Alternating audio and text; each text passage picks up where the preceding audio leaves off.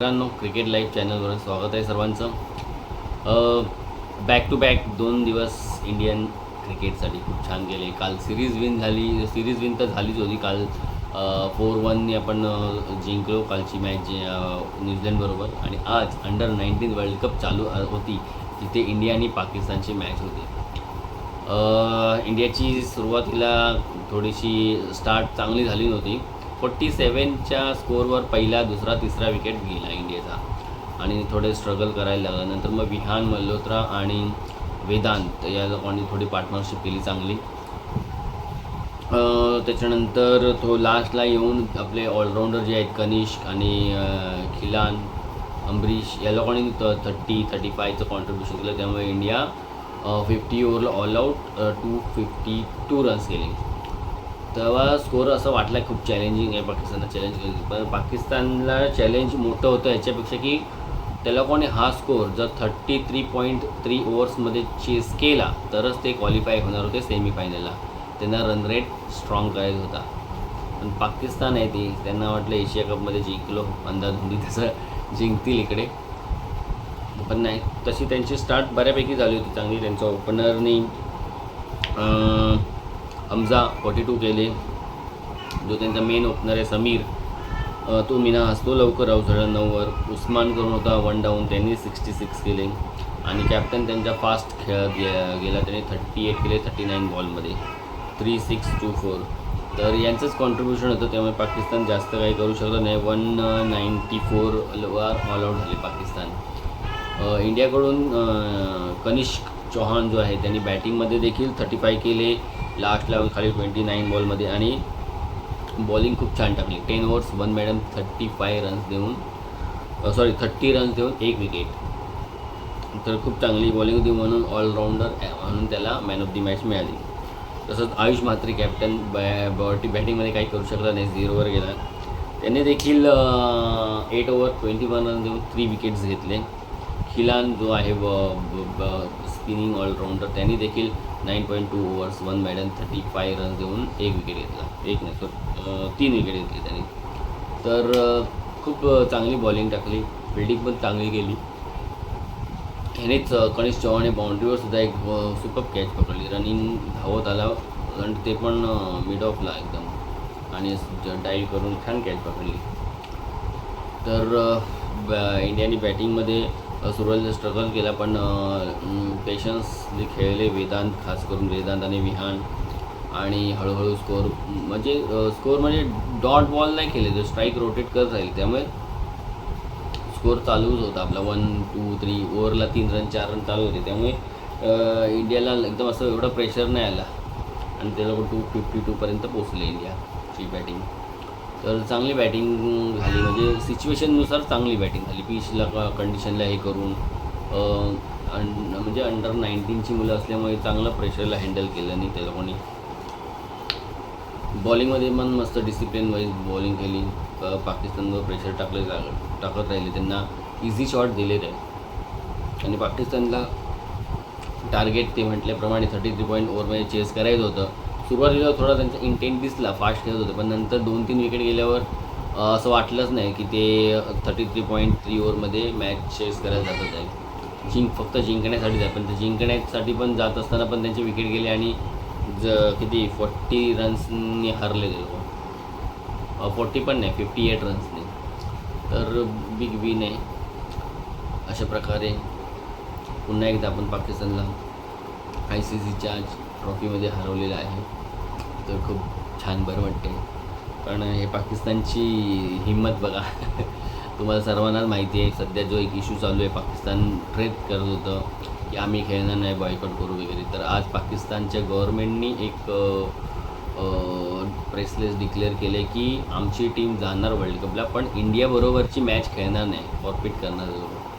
तर बघू, ते पाकिस्तान आहेत, आपल्या बोलण्यावर कधी ते ठाम राहत नाही. तर बघूया यावेळेस तर ठाम राहतात आहे काय. जर त्यांनी तसं केलं तर त्यांना त्याचं व्हॅलिड रिझन द्यावं लागेल. कारण कसं आहे, इंडियाने पण सेम केलं होतं. पाकिस्तानमध्ये आम्हाला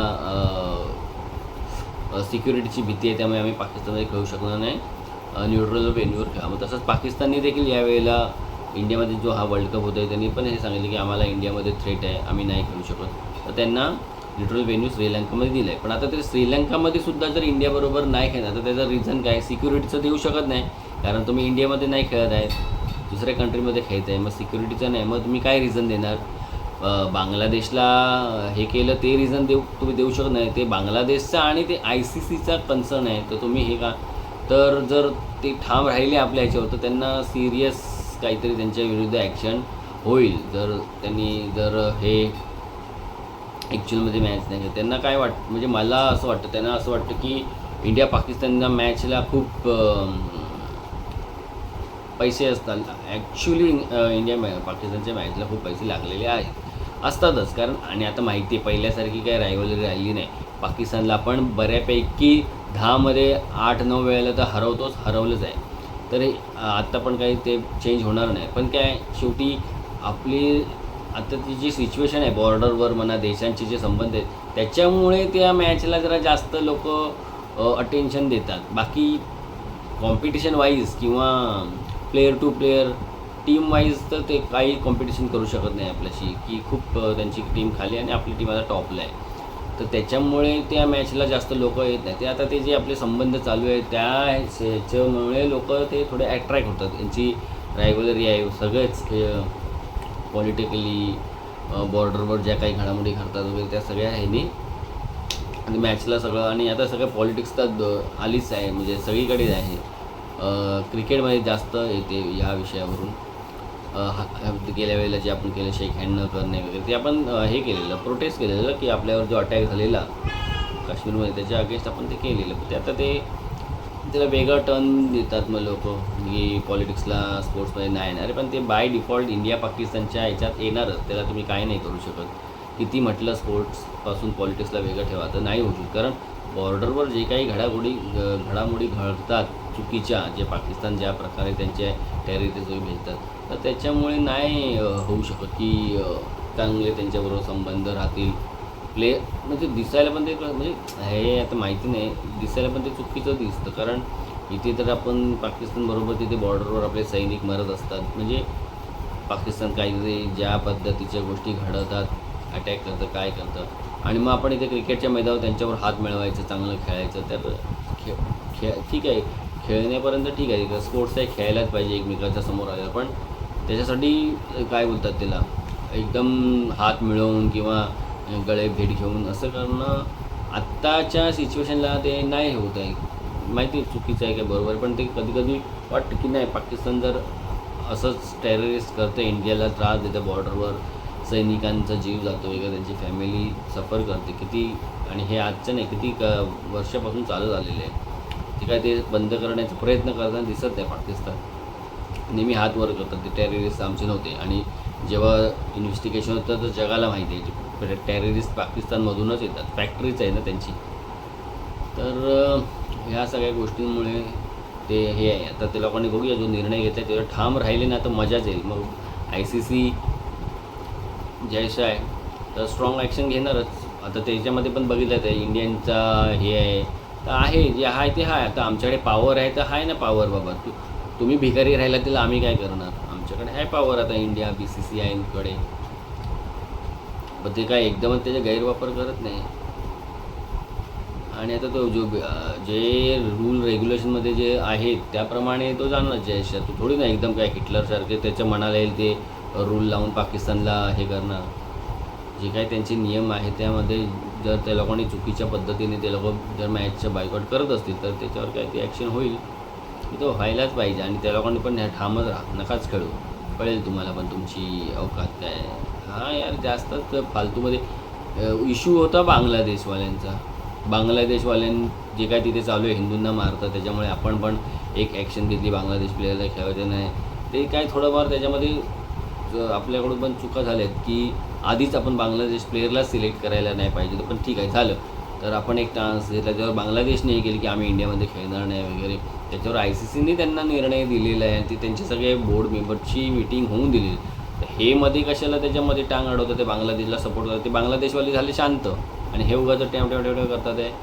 आणि आता एवढं हे करतं की आम्ही मॅच हे करणार. पण काय रिझन काय तुमचं आत्ताच्या ह्या 1-8-10 दिवसा 15 दिवसात तुमचं इंडियाबरोबर काय झालं आहे का, कुठे काय डिस्प्यूट फायरिंग हे असं तसं तर नाही. एशिया कपच्या जस्ट आधी झालेलं तुमचं तिकडे काश्मीरमध्ये तुम्ही जे केलात कांड, त्याच्यामुळे त्यावेळेला इंडियन टीमने प्लेयरने पब्लिकने मी म्हणतो तर निर्णय घेतलेला शेक हँड वगैरे नाही करण्याचं हे होतं. आता तसं तुमच्याबरोबर काय झालं नाही, जे काय ते बांगलादेशबरोबर झालं आहे. मग तुम्ही कशाला हे करताय, म्हणजे तुम्ही त्यावेळेचं हे बदला घेण्यासाठी हे सगळी नाटकं करताय ना, की ह्या लोकांना नुकसान. अरे नुकसान तर नुसतं इंडियाला होणार नाही, ही जर मॅच नाही झाली तर ICCला त्यांना होईल. ह्या मॅच पुरतं ह्या वर्ल्ड कप पुरतं होईल, ते काहीतरी करून मॅनेज करते. पण तुम्हाला पुढे त्याचे परिणाम भोगावे लागतील. ICCकडून पैसा येतो ते तुम्हाला येतील नाही येतील कमी येतील. पुढे अजून तुमच्यावर काय जर बंदी घातली कुठल्याच कंट्रीने नाही खेळायचं वगैरे, मग काय करणार तुम्ही. बघू आता काय होतं ते.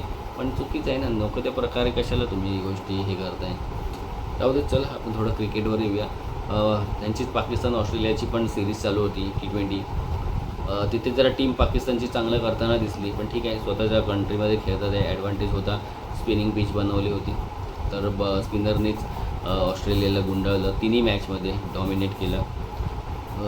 फक्त जर अशी पाकिस्तानची इम्प्रूव्हमेंट म्हणजे बॅटिंगमध्ये थोडी इम्प्रूव्हमेंट झालेली आहे. पाकिस्तानची बॉलिंग तर चांगलीच असते नेहमी, डाऊट नाही, पण बॅटिंग त्यांची एवढी नव्हती. पण आता गेल्या या 3 मॅचमध्ये चांगलंच. त्यांचा जो कॅप्टन आहे सध्या Salman Ali Agha, man of the series झाला. तो 2 मॅचमध्ये चांगलं त्याने थोडी हिटिंग केली वगैरे. लास्ट मॅचमध्ये पण काहीतरी 76 वगैरे केलेली 43 बॉल. त्याच्या आधीच्या मॅचमध्ये देखील. आज तो नाही खेळला. आज बाबर आझम 50 केले 36 बॉलमध्ये आणि त्यांचा साईम ओपनर आहे, त्यांनी 56 केले 37 बॉलमध्ये. आणखीन थोडे कोणतरी शदाब खान 46 19 बॉलमध्ये, त्याच्यामुळे 208 वगैरे करू शकले. आणि ऑस्ट्रेलियाला काहीतरी 96ला ऑल आऊट केला. Mohammad Nawaz man of the match, 5 wicket घेतले. तर सध्या टीम चांगलं करते. बघू वर्ल्ड कपमध्ये काय करतात आल्यावर, दूध का दूध पाणी का पाणी. तसंच श्रीलंका इंग्लंडची पण चालू होती T20 सिरीज. सेकंड T20 झाली त्यांची, जी आत्ता जस्ट म्हणजे मी व्हिडिओ चालू करायच्या आधी इंग्लंडला 7 रन्स पाहिजे होते 9 बॉलमध्ये आणि 4 विकेट गेले होते. तर विन झालीच असेल. तर सिरीज विन झाली इंग्लंड. पहिली T20 पण त्यांनीच जिंकली होती इंग्लंडने, ही पण ते लोक जिंकतात आहे. आता तिसरी राहिली आहे. अशा प्रकारे सगळ्या टीमच्या अभ्यास चालू आहे सध्या. यांची पण चालू होती ना, वेस्ट इंडिज साऊथ आफ्रिका. ती मॅच वेस्ट इंडिजने जिंकली, 1-1 झाली त्यांची सिरीज वाटतं. तर अशा प्रकारे खूप क्रिकेट चालू आहे. आता बघू इंडियाच्या अंडर-19 आता सेमीफायनलला त्यांना कदाचित अफगाणिस्तान किंवा ऑस्ट्रेलिया मिळणार आहे. ते काय होते बघूया. पाकिस्तान बहुतेक बाहेर गेली वर्ल्ड कपमधून. तर हे आहे इंडियाचं आज विन झाली पाकिस्तान. आणि जे अपडेट थोडं बोलू करूया तुम्हाला, जे पाकिस्तान गव्हर्नमेंटने निर्णय घेतला आहे इंडियाबरोबर मॅच नाही खेळायचं, त्याचे थोडं अपडेट केलं आहे. त्याच्यावर अजून जर काही न्यूज आली तर आपण व्हिडिओ करू त्याच्यावर आणि डिस्कशन करू. तुमचे पण काही कमेंट्स असतील ह्या पाकिस्तान इंडियाच्या मॅचबद्दल किंवा हे जे डिसिजन घेतले तर तुम्ही कमेंट्सद्वारे कळवा. आपण त्याच्यावर मी रिप्लाय करू. बघू आपले तुमचे आणि माझे विचार होतात आहे काय. तर मित्रांनो, व्हिडिओ आवडला तर लाईक करा, शेअर करा आणि सबस्क्राईब करू. थँक्स.